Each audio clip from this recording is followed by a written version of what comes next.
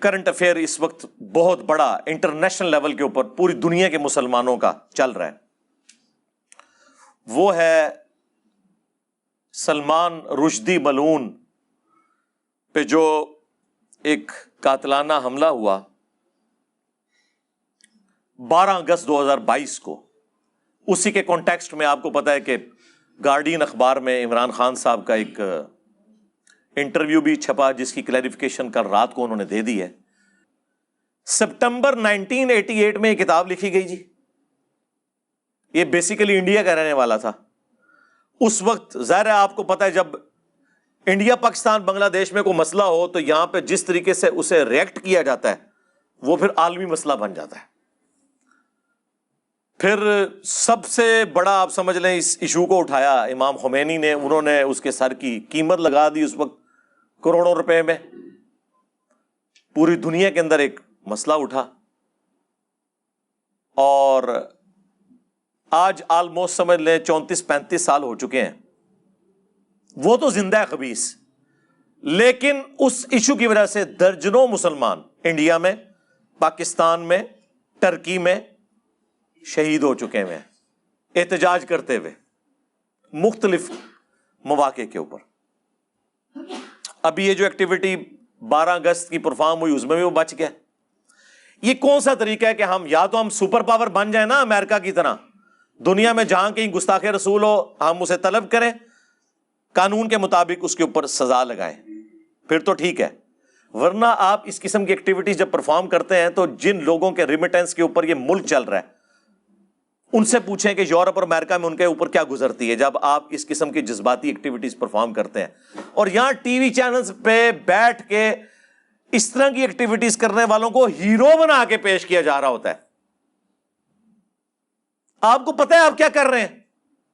اب دنیا پڑھ لکھ گئی ہے، آپ کی انہی حرکتوں کی وجہ سے مسلمانوں کے بچے سیکولر ہو رہے ہیں، بعض ایتھیسٹ ہو رہے ہیں کہ یار یہ کس قسم کے ذہن رکھنے والے لوگ ہیں۔ کیا اسلام نے یہ بات کی ہے کہ آپ نے ایکسٹرا جوڈیشل ایکٹیویٹی پرفارم کرنی ہے؟ آپ وہ جو روایتیں لے کے آتے ہیں ان روایتوں کے مقابلے پہ بخاری مسلم میں کتنی احادیث موجود ہیں؟ آج میرا وہ ٹاپک نہیں ہے، ورنہ پھر رخ اور طرف چلا جائے گا۔ میری آپ ویڈیو دیکھ لیں، امام ابن تیمیہ اور گستاخ رسول کی سزا جو انہوں نے کتاب لکھی تھی نا، الصارم المسلول علی شاتم الرسول، اس کا میں نے پورا پوسٹ مارٹم کیا تھا، اور وہ تو خیر ایک الگ بات ہے۔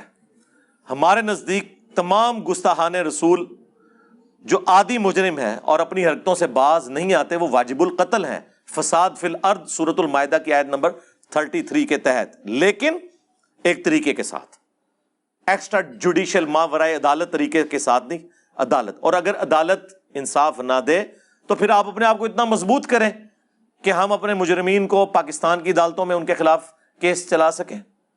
اس کی بجائے آپ اس طرح کے جب گوریلا طریقے اڈاپٹ کرتے ہیں، اس کا نقصان مسلمانوں کو ہوتا ہے، بعد میں بھگتنا پڑتا ہے۔ تو یہی چیز عمران خان صاحب بھی کہنا چاہ رہے تھے۔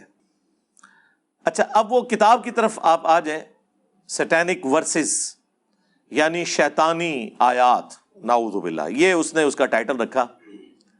انتہائی فضول کتاب ہے، کوئی علمی بیک گراؤنڈ نہیں اس کتاب کی، اور میں تو حیران ہوں اس کتاب کو اتنا اٹھایا کیا، اس میں ہے کیا؟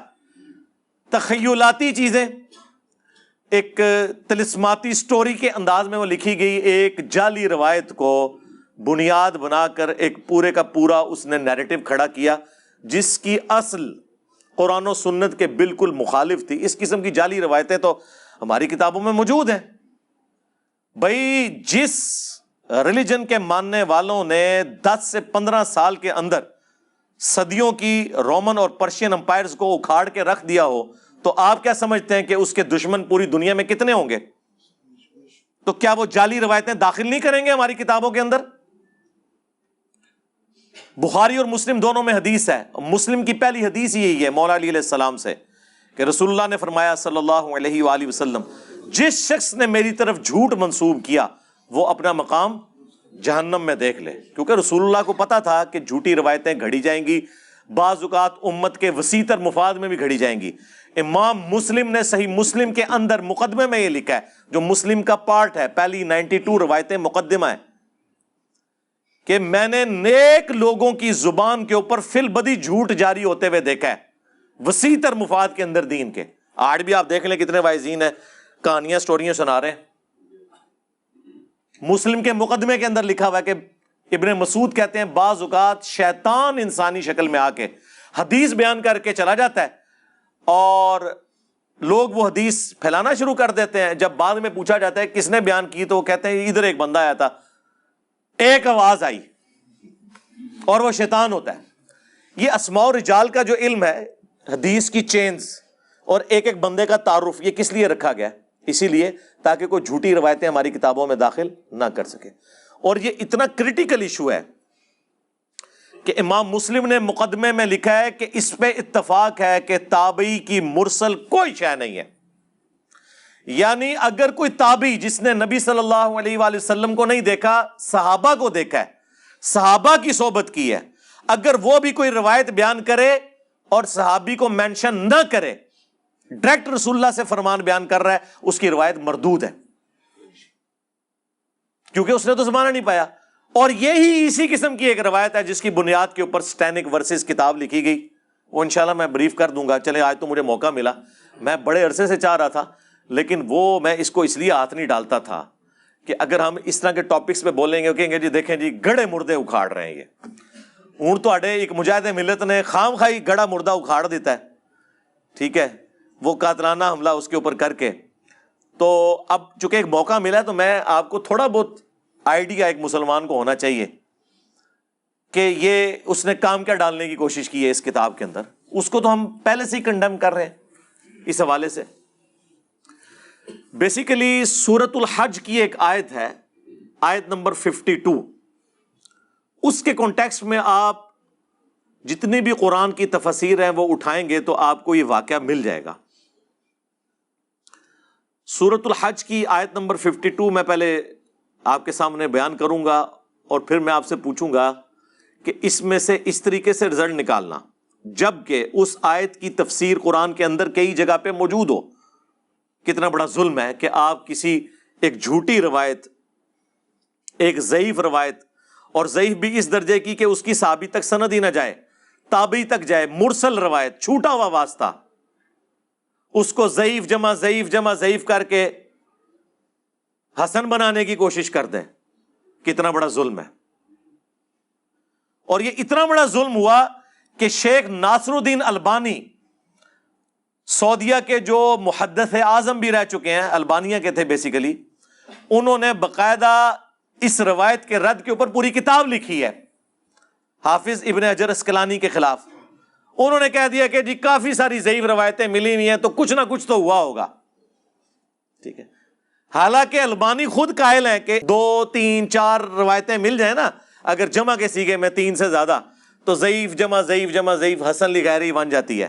لیکن یہاں ان کو بھی پتا چلا، یہ البانی صاحب نے کتاب ابن حجر اسقلانی کے خلاف نہیں، اپنے خلاف بھی لکھی ہے کہ ضعیف جمع ضعیف کا فارمولہ لگا کے کسی حدیث کو صحیح قرار دینا یہ کتنا نقصان دہ ہے۔ میں نے آج سے آلموسٹ 10 سال پہلے بھی اس روایت کو بیان کیا تھا، مسئلہ 36 کے اندر، ضعیف الاسناد اور من گھڑت احادیث کا فتنہ، کہ اگر ضعیف روایتوں کو مانا جائے تو ایٹ لیسٹ 3 حدیث کی کتابوں میں یہ روایت موجود ہے لیکن سند اس کی متصل نہیں ہے۔ تو اب 3 ضعیف روایتیں مل کے اور 8 9 اس کے مزید طرق ملتے ہیں، تو ہم اسے ضعیف جمع ضعیف جمع ضعیف جمع ضعیف کر کے حسن بنا دیں گے؟ نہیں، ضعیف جمع ضعیف جمع ضعیف پکی ضعیف۔ یہ شیطان نے پھیلائی ہے اس قسم کی باتیں۔ تو باقاعدہ شیخ ناصر البانی نے پورا ایک کتابچہ لکھا اس کو رد کرنے کے لیے، لیکن اس کے اگینسٹ حافظ ابن کثیر جو ہیں وہ آپ دیکھیں ماشاء اللہ تعالیٰ، انہوں نے تفسیر ابن کثیر میں سورۃ الحج کی آیت نمبر 52 کے کانٹیکسٹ میں پورا رد کیا ہے کہ یہ بالکل بکواسیات ہیں سارے واقعات۔ ایک ایک سند کے اوپر انہوں نے بحث کی، انہوں نے کہا یہ سندیں تو متصل ہی کوئی نہیں ہے، خام خواہ آپ اس کے اوپر بات کر رہے ہیں۔ تو یہ روایت جو ہے وہ المعجم الکبیر طبرانی کے اندر موجود ہے، مسند البزار کے اندر موجود ہے، اور مجمع الزوائد کے اندر بھی موجود ہے۔ خود ابن حجر اسقلانی کے استاد مجمع الزوائد میں طبرانی اور بزار کے ریفرنس سے لے کے آئے، انہوں نے کہا ہے کہ یہ روایتیں ٹھیک نہیں ہیں۔ ہمارے پاس تو اب یہ اردو ترجمے کے ساتھ طبرانی بھی آ چکی ہوئی ہے اور مجموع الزوائد بھی آ چکی ہے الحمدللہ. ہم کوشش کریں گے کہ اس کے امیجز جو ہے وہ اس میں ساتھ ڈسپلے کر دیں کہ بالکل جعلی روایتیں ہیں جن کی بنیاد کے اوپر یہ سب کچھ کیا گیا. وہ سورۃ الحج کی جو آیت نمبر 52 ہے اس کے کانٹیکسٹ میں ہوا. وہ آیت پہلے میں پڑھ دیتا ہوں تاکہ آپ کو یہ پتہ چل جائے. اعوذ باللہ من الشیطان الرجیم بسم اللہ الرحمن الرحیم. وما ارسلنا من قبلک من رسول ولا نبی، اور کوئی بھی ایسا رسول آپ صلی اللہ علیہ وآلہ وسلم سے پہلے نہیں گزرا اور نہ کوئی نبی، الا مگر یہ کہ، یعنی تمام انبیاء اور رسولوں کے ساتھ ایسا ہوا. کیا ہوا؟ اذا تمنا، کہ جب اس نے کوئی آرزو کی. اب یہ تمنا کے عربی میں دو معنی ہیں.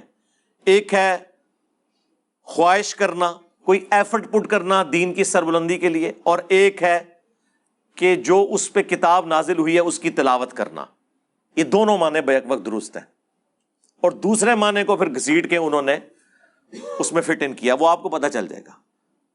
القى الشیطان فی امنیتہ، تو شیطان بھی اس کی اس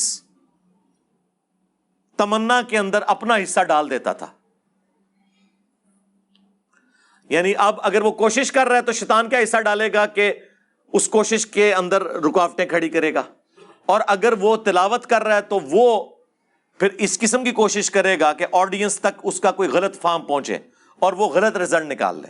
یہ دونوں معنی بیک وقت درست ہیں. فَيَنْسَخُ اللَّهُ مَا يُلْقِي الشَّيْطَانُ، تو اللہ تعالیٰ جو شیطان نے القاء کیا ہوتا ہے نا، یہ شیطان کی کوئی ایفرٹ ہوتی ہے، اسے تو ہٹا دیتا ہے. ثُمَّ يُحْكِمُ اللَّهُ آیَاتِهِ، اس کے بعد اللہ اپنی آیات کو محکم کر دیتا ہے. وَاللَّهُ عَلِيمٌ حَكِيمٌ، اور اللہ تعالیٰ علم والا اور حکمت والا ہے. اور ساتھ اس سے اگلی آیت میں اس کی حکمت بھی بیان ہو گئی ہے. لِيَجْعَلَ مَا يُلْقِي الشَّيْطَانُ فِتْنَةً لِلَّذِينَ فِي قُلُوبِهِمْ مَرَضٌ، اور یہ جو شیطان روڑے اٹکاتا ہے نا، یا نبی کی تلاوت کے اندر اپنا بھی کوئی حصہ اس طرح کا ڈالتا ہے کہ سننے والے اس کا غلط فہم لینا شروع کر دیتے ہیں. یہ جو کچھ ہو رہا ہوتا ہے نا، یہ اللہ تعالیٰ فرما رہا ہے کہ یہ اس لیے ہوتا ہے تاکہ ہم جن کے دلوں میں مرض ہے نا، جو ڈھیٹ لوگ ہیں، ان کے لیے اس کو آزمائش بنا دیں. وہ تو پہلے ہی بہانہ تلاش کر رہے ہوتے ہیں، تو ان کے لیے آزمائش بن جاتی ہے اور حق سے روگردانی کر دیتے ہیں. ظاہر ہے یہ اللہ تعالیٰ نے حق اور باطل کی کشمکش تو رکھی ہے نا، پلیٹ میں رکھ کے تو نہیں آپ کو دے دینی جنت. لوگ کہتے ہیں جی لوگوں کو استعانت اتنی مشکل سے سمجھانی پڑتی ہے. قرآن کے پہلے صفحے پہ لکھا ہوتا کہ بابوں کو پکارنا شرک ہے، تو اگے تو قرآن نازل کرنے کی بھی ضرورت کوئی نہیں سی. اللہ تعالیٰ نے ایاک نعبد و ایاک نستعین بیان کیا اور پھر آگے چل کے اس کو مضمون کو کھولا، لیکن اس کو اس طریقے سے بیان کیا کہ اگر کوئی بے ایمانی پہ اترا ہوا ہو وہ اس کے ذریعے گمراہ ہو، جو سورۃ البقرہ میں آیا ہے. اللہ کی وجہ سے نہیں بلکہ آزمائش کی وجہ سے. دنیا میں کون سا گناہ ہے جو اٹریکٹ نہیں کرتا انسان کو؟ اللہ نے گناہ میں اٹریکشن کیوں رکھی ہوئی ہے؟ تاکہ انسان اس کی طرف مائل ہو اور پھر اپنی عقل کے ذریعے اپنے آپ کو قابو کرے اور گناہ سے بچ کے جنت کما لے. اور جس نے اس کے اوپر گر جانا ہے تو جہنم میں ہی جائے گا نا. زبردستی نہیں ہو رہی ہوگی، وہ اپنی مرضی سے کر رہا ہوگا. اسی طریقے سے یہاں پہ بھی ایسا ہی ہوا.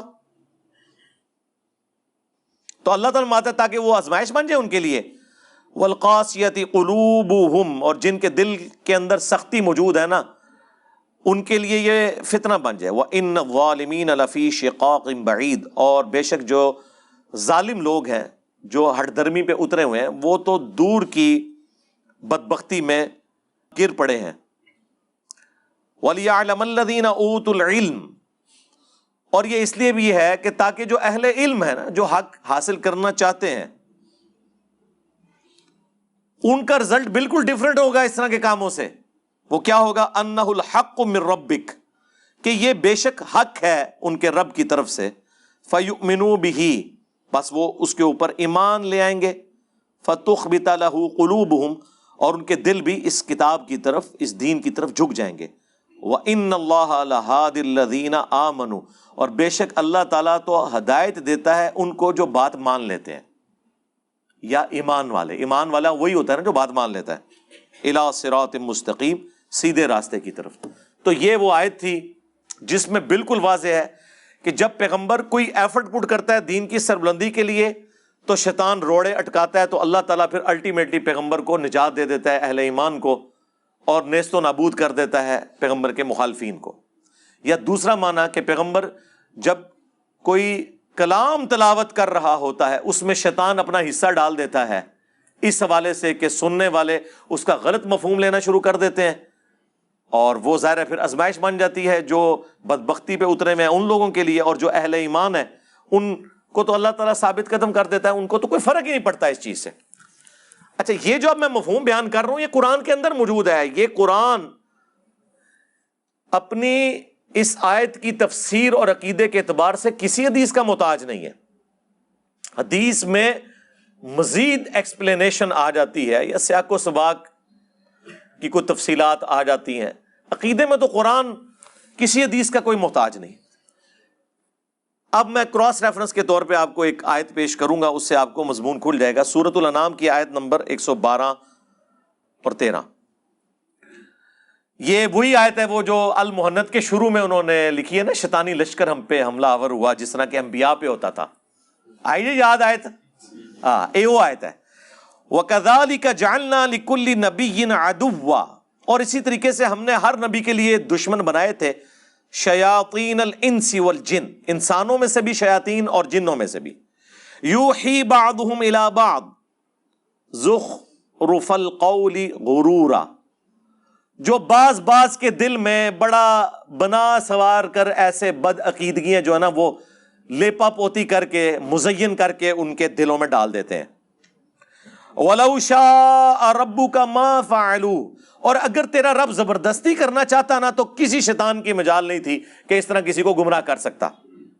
فَذَرْهُمْ وَمَا يَفْتَرُونَ، تو چھوڑ دیں ان کو ان کے حال کے اوپر اور جو یہ جھوٹ باندھ رہے ہیں۔ یعنی اگر اللہ تعالیٰ نے زبردستی ہدایت دینی ہوتی نا پھر تو یہ آزمائش بھی ختم ہو جاتی، لیکن ظاہر ہے آزمائش ہے تو جنت میں جانا ہے نا، آزمائش نہیں ہے تو اتنی بڑی جنت، ہمیشہ کی زندگی اور آپ کی مرضی، یہ جبھی ملنی ہے نا، کوئی ایفرٹ بھی پٹ کریں گے۔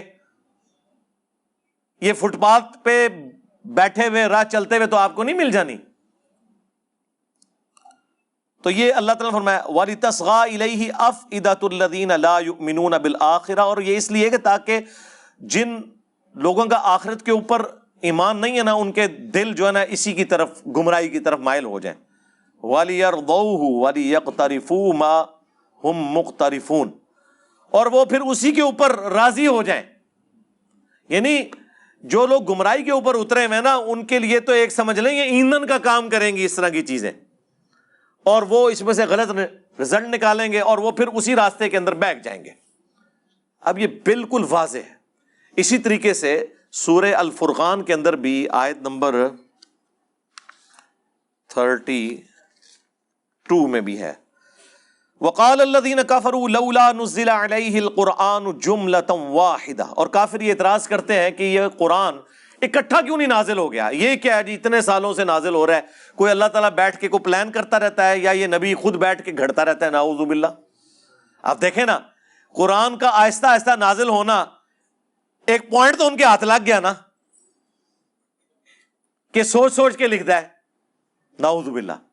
تو اللہ تعالیٰ نے اس کا جواب دیا کہ ایسا کیوں ہے، کذالک، یہ اس طریقے سے ہے کہ لنثبت بہ فؤادک، تاکہ ہم آپ کا دل اس کے ذریعے مضبوط کریں، ورتلناہ ترتیلا، اور ہم اسے ٹھہر ٹھہر کے پڑھتے ہیں۔ یعنی دل مضبوط ہوتا ہے نا میرے بھائی، دیکھیں غزوہ بدر سے پہلے سورہ البقرہ نازل ہوئی، پوری تیاری کی گئی، جالوت اور طالوت کی جنگ کا واقعہ بیان ہوا، غزوہ احد میں غلطیاں ہوئی، مسلمانوں کے دل دکھے ہوئے تھے، اس کے بعد 60 آیات اس کے اوپر کمنٹری نازل ہوئی کہ تم نے یہ کیا، ہم نے تو وعدہ پورا کر دیا تھا، تم نے نبی کی نافرمانی کی، اس کی وجہ سے فتح شکست میں بدل گئی۔ غزوہ خندق کے موقع کے اوپر 7 گائیڈ لائنز، غزوہ تبوک کے موقع پر سورہ التوبہ۔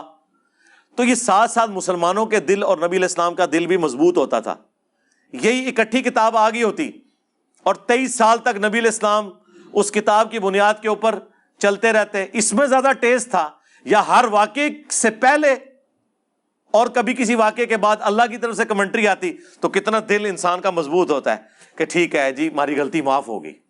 ٹھیک ہے، وہ غلطی معاف ہوئی نا سورہ آل عمران میں جن لوگوں نے رسول اللہ کی نافرمانی کی تھی. تو یہ اللہ تعالیٰ ہمارا یہ ہم نے اس لیے نازل کیا. اچھا اب یہ ایک اللہ کی توجیہ ہے، لیکن آٹا گوندے ہلدی کیوں ہے؟ یہ جو ایک پنجابی میں محاورہ ہے کہ جو آٹا گوندے وقت ہلنا تو پڑے گا، اب اس کو بھی کوئی اعتراض بنا لے تو اس کا کوئی علاج نہیں ہے. جب بھی کوئی ڈاکٹرن آتی ہے، ہم یہ ایتھیسٹ سے بھی کہتے ہیں کہ آپ یہ جو اسلام کی ڈاکٹرن کے اوپر اعتراضات نکالتے ہیں، آپ کوئی ایک آئیڈیل ماڈل لیں، ہم اس میں بھی نکال دیں گے. الٹیمیٹلی آپ کو ول آف گاڈ کو ماننا پڑے گا. اور یہی اللہ نے قرآن میں فرمایا لا یسأل عما یفعل وہم یسألون. اللہ کو کوئی نہیں پوچھ سکتا کہ اس نے یہ کیوں کیا، اللہ سب کو پوچھ سکتا ہے. یہ اللہ کی ول ہے کہ پریگنینسی کی تکلیف سے عورت نے گزرنا ہے، مرد نے نہیں گزرنا. آپ بے شک ہر سال عورتوں کا دن اس حوالے سے منانا شروع کر دیں کہ نہیں ایک دفعہ مرد کو بھی اس تکلیف سے گزرنا چاہیے، آپ نہیں کر سکتے. اس لیے آج تک کسی نے یہ والا دن نہیں منایا. ہاں یہ انسان کی کمزوری ہے. مرد کو اللہ نے معیشت کی تکلیف سے گزارا ہے کہ اس نے نان و نفقہ بیوی بچوں کا پورا کرنا ہے. یہ ول آف گاڈ ہے نا. اللہ چاہتا اسے ریورس بھی کر سکتا تھا، اللہ کی مرضی نا. تو اس کو کون چیلنج کرے گا؟ وہ تو آپ بھی کریٹر ہو تو آپ کی بھی ایک مرضی ہوگی. یہ کون سا اعتراض ہے؟ تو اللہ تعالیٰ ہمارا یہ ہم نے اس لیے کیا تاکہ اے نبی آپ کا دل مضبوط کرے، آپ کے ساتھیوں کا.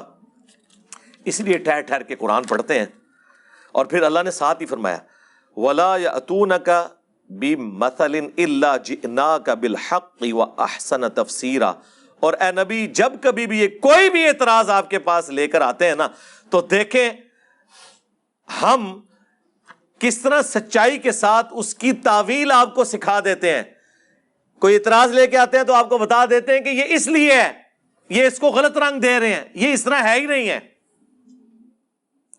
اب میرا ایک معصومانہ سوال ہے، اگر وقت کے پیغمبر کے ساتھ یہ ہو رہا ہے کہ ان کی باتوں کا لوگ غلط مطلب لے کے الٹا انہیں بلیم کر رہے ہیں، اس سے بڑھ کر ان پر جو اللہ کی کتاب ہے اس میں کیڑے نکال رہے ہیں، تو اسی تسی تو شاہی کوئی نہیں.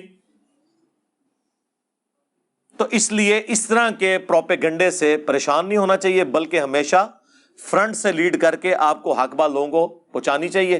باقی اللہ کی مرضی. ٹھیک ہے، ہمیں جنت اس بات میں نہیں ملنی ہے کہ آپ کے ساتھ لوگ کتنے اٹیچ ہیں، ورنہ تو حضرت لوط علیہ السلام کی 2 بیٹیاں ہی مان لے کے آئی تھی نا. ہاں جی، حضرت نوح علیہ السلام پہ صرف 78 لوگ ہی مان لے کے آئے تھے نا، یہاں 300 سے زیادہ لوگ بیٹھے ہوئے ہیں. یہ کوئی کرائٹیریا ہے؟ کوالٹی کرائٹیریا ہے اسلام میں، کوانٹٹی نہیں ہے. تو یہ ساری وہ چیزیں کراس ریفرنس کے طور پہ میں نے آپ کو پیش کی تاکہ آپ کو پتہ چل جائے کہ جن لوگوں کے دلوں میں ٹیڑھ پن ہوتا ہے نا، وہ قرآن کی آیات کا غلط فہم بیان کرنے کی کوشش کرتے ہیں اور اس کے ذریعے پھر لوگوں کو گمراہ کرتے ہیں. یہ قرآن کے اندر اس کی باقاعدہ تفسیر موجود تھی، اس کے باوجود اس خبیث نے سیٹینک ورسز جو لکھی کتاب اس میں اس نے اپنا لقمہ اس کے منہ میں ڈالنے کی کوشش کی. ایک اور آیت پیش کر دیتا ہوں پھر میں اس حدیث کی طرف بھی آتا ہوں جو وہ جعلی روایت ہے. سورہ آل عمران کے سٹارٹ ہی میں اللہ تعالیٰ نے نا اس فتنے کا ذکر کر دیا تھا بہت پہلے ہی.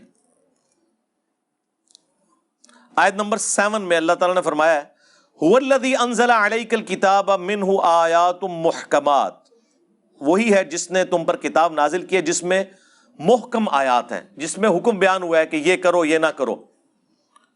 ہن ام الکتاب، وہی کتاب کی ماں اور جڑ ہیں. کیا؟ شرک سے بچو، نماز پڑھو، جھوٹ نہ بولو، زنا سے بچو، ماں باپ کے ساتھ اس نے سلوک کرو. یہ اصل دین یہی ہے، اللہ تعالیٰ فرما رہا ہے. وَأُخَرُ مُتَشَابِهَاتٌ، اور اس کے علاوہ متشابہات بھی ہیں، ریزیمبلنس والی چیزیں. اب آخرت کا دنیا میں دھندلا سا تصور دینے کے لیے حوروں کا اللہ تعالیٰ نے مرد و عورت کا ایک تعلق رکھ دیا. آخرت کے فروٹ کا یہاں تصور دینے کے لیے دنیا میں فروٹ رکھ دیے، لیکن اس کا یہ قطعاً مقصد نہیں ہے کہ یہ فروٹ اور وہ فروٹ ایک جیسا ہے. نہیں، بالکل ایسا نہیں ہے.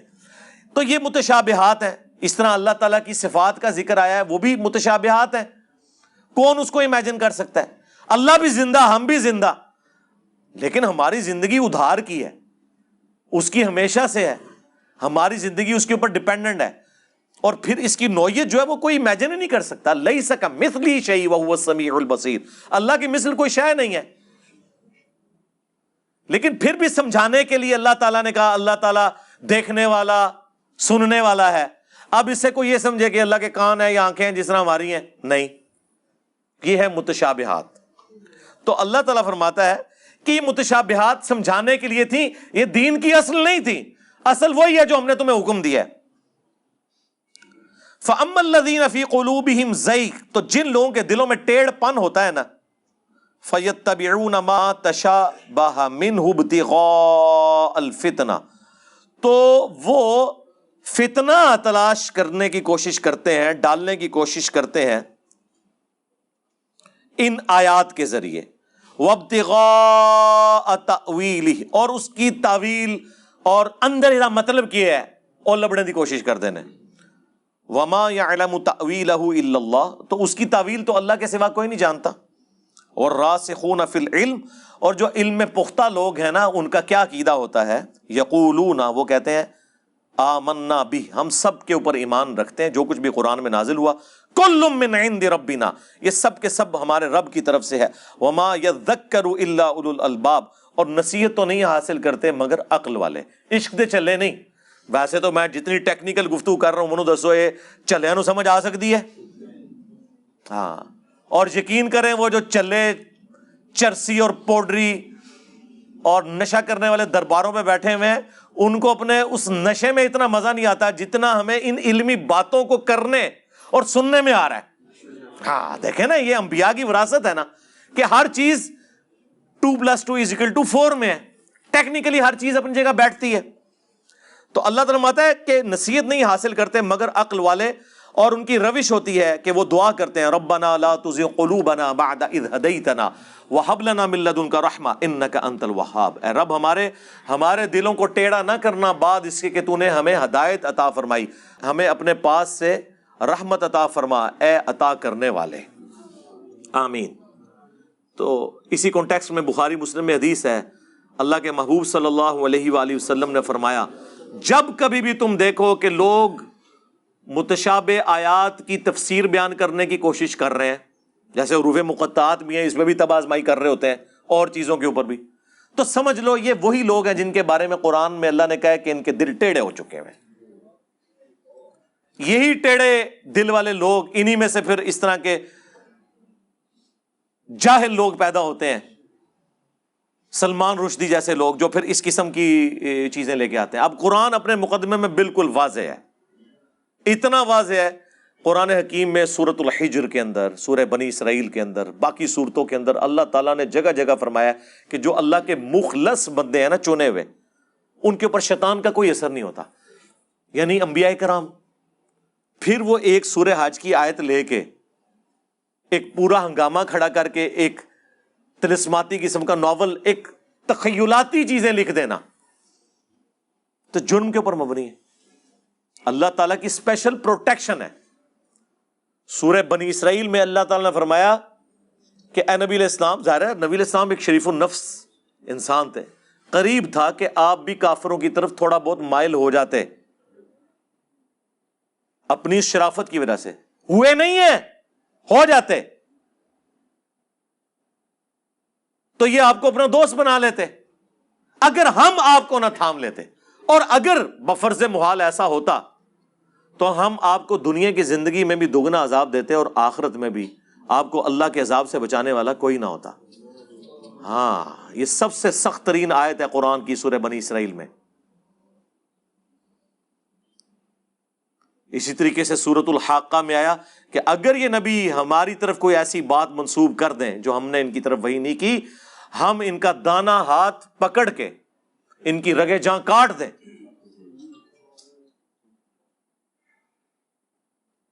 استغفر اللہ، دیکھیں الفاظ، اور تم میں کوئی ایک بھی ایسا نہ ہو جو ان کو بچا سکے۔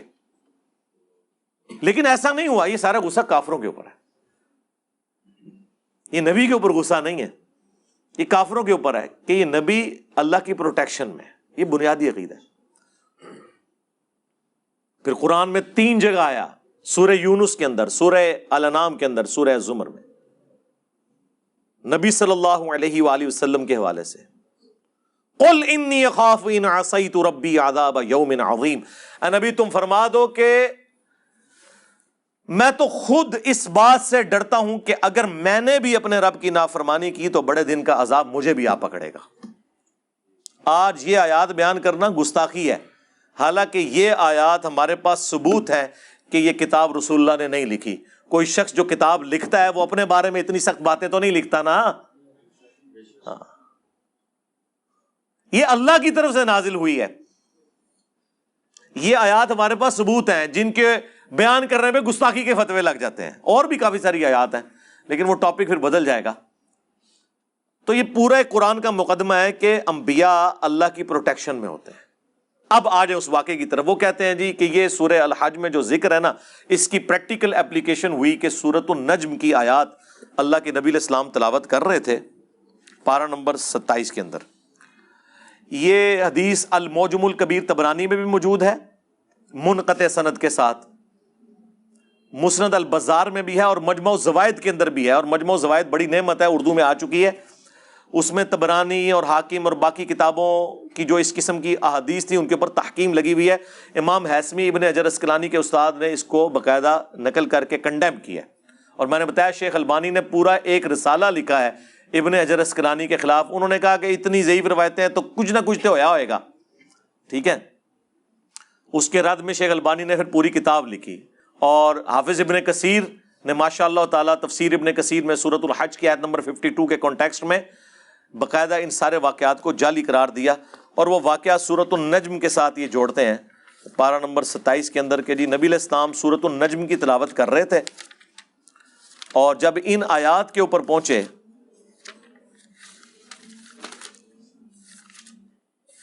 اعوذ باللہ من الشیطان الرجیم بسم اللہ الرحمن الرحیم، جہاں پہ ان دیویوں کا ذکر تھا. ان کی 3 دیویاں تھیں نا جس کی وہ پوجا کرتے تھے، بت پرست. نمبر 1 لات، نمبر 2 عزا اور نمبر 3 منات. اس کا ذکر موجود ہے آیت نمبر 19 اور 20. افرائیتم اللات والعزا، کیا تم نے لات اور عزا کی طرف نہیں دیکھا؟ ومنات الثالثۃ الاخری، اور جو تیسری دیوی ان کی منات ہے. الکم الذکر ولہ الانثی، کیا تم خود تو اپنے لیے لڑکے پسند کرو اور اللہ کی طرف لڑکیوں کی نسبت کرو؟ تلک اذن قسمۃ ضیزی، یہ کتنی بری تقسیم ہے جو تم کر رہے ہو. یعنی آپ دیکھیں ان کی تینوں دیویاں جو ہیں وہ مونس تھیں. خود اپنے لیے لڑکی پیدا ہونا وہ ایک بدنامی سمجھتے تھے، اور اللہ کی طرف 3 دیویاں انہوں نے منسوب کی ہوئی تھی، اللہ کی بیٹیاں لات، منات اور عزا. تو ان کی وہ عبادت کیا کرتے تھے. تو اللہ تعالیٰ نے دیکھیں اس آیت کے ساتھ ہی ذکر آیا کہ بڑی بری تقسیم تم نے کی ہوئی ہے. جب قرآن میں یہ آیات ہے تو اس میں ان دیویوں کی تعریف کیسے ہو سکتی ہے؟ وہ کہتے ہیں جی جب حضور تلاوت کر رہے تھے نا یہ والی آیات، افرائیتم اللات والعزا ومنات الثالثۃ الاخری، تو اس کے ساتھ نعوذ باللہ حضور کی مبارک زبان کے اوپر شیطان نے قابو پاتے ہوئے نعوذ باللہ ان کی مبارک زبان سے یہ الفاظ بھی نکلوا دیے، وَإِنَّ شَفَاعَتُهُنَّ لَتُرْتَجَا، اور بے شک ان کی شفاعت بھی اللہ کے حضور قبول کی جائے گی. تو اس کی وجہ سے کافر بھی بڑے امپریس ہوئے اور وہ کہتے ہیں دیکھیں اتنا حصہ تو بخاری مسلم میں موجود ہے کہ جب سورۃ النجم کی تلاوت نبی علیہ السلام نے کی تو تمام جن، انس اور کافر بھی اور مسلمان بھی سجدے میں گر پڑے. وہ تو سر اس کلام سے متاثر ہوئے تھے، وہ ان آیات کے اوپر سجدے میں نہیں گرے تھے، وہ تو آخری آیات ہیں. وہ کہتے ہیں جی وہ کافروں نے سجدہ اسی لیے کیا تھا کہ ان کی دیویوں کی تعریف اس میں بیان ہوئی تھی. اب دیکھیں کیسے کہانی میں رنگ بھرے. بخاری مسلم میں تو یہ الفاظ نہیں ہے، صرف یہ ذکر ہے کہ سجدے میں گر پڑے. وہ کہتے ہیں نہیں، وہ جو طبرانی کی روایت ہے اور مسند البزار میں ہے، مجمع الزوائد میں بھی لے کے آئے ہیں، اس کے اندر تو موجود ہے کہ وہ کافروں نے سجدہ اس لیے کیا کہ تعریف نبی علیہ السلام نے کر دی ان دیویوں کی، تو وہ بڑے امپریس ہوئے، اس وجہ سے وہ سجدے میں گر پڑے اور انہوں نے کہا آج تو محمد نے ہمارا مقدمہ بھی مان لیا ہے، کچھ دو کچھ لو، ٹھیک ہے اب ہم مل جل کے اپنے معاملات کو لے کے چلیں گے، نعوذ باللہ من ذالک۔ اور جن لوگوں نے اس روایت کو صحیح ماننے کی بھی کوشش کی مسلمانوں میں سے، انہوں نے کہا کہ نبی علیہ السلام کی مبارک زبان پہ جاری نہیں ہوئی ہیں بلکہ شیطان نے ان کے کان میں پھونک دی تھی۔ بھئی جب روایت ہی جعلی ہے، یہ حرکت کرنے کی کیا ضرورت ہے؟ یہی کام پھر ابن حجر اسقلانی نے کیا، باقی خیر پوری امت ایک طرف کھڑی ہوئی ہے، اسی لیے شیخ البانی نے پھر ان کے خلاف پورا رسالہ لکھا کہ یہ ضعیف جمع ضعیف جمع ضعیف کو آپ اس طرح اثر بنا رہے ہیں، حالانکہ البانی صاحب خود بھی بنا لیتے ہیں بعض اوقات، تو وہ رسالہ صرف ان کے خلاف نہیں اپنے خلاف بھی انہوں نے لکھا۔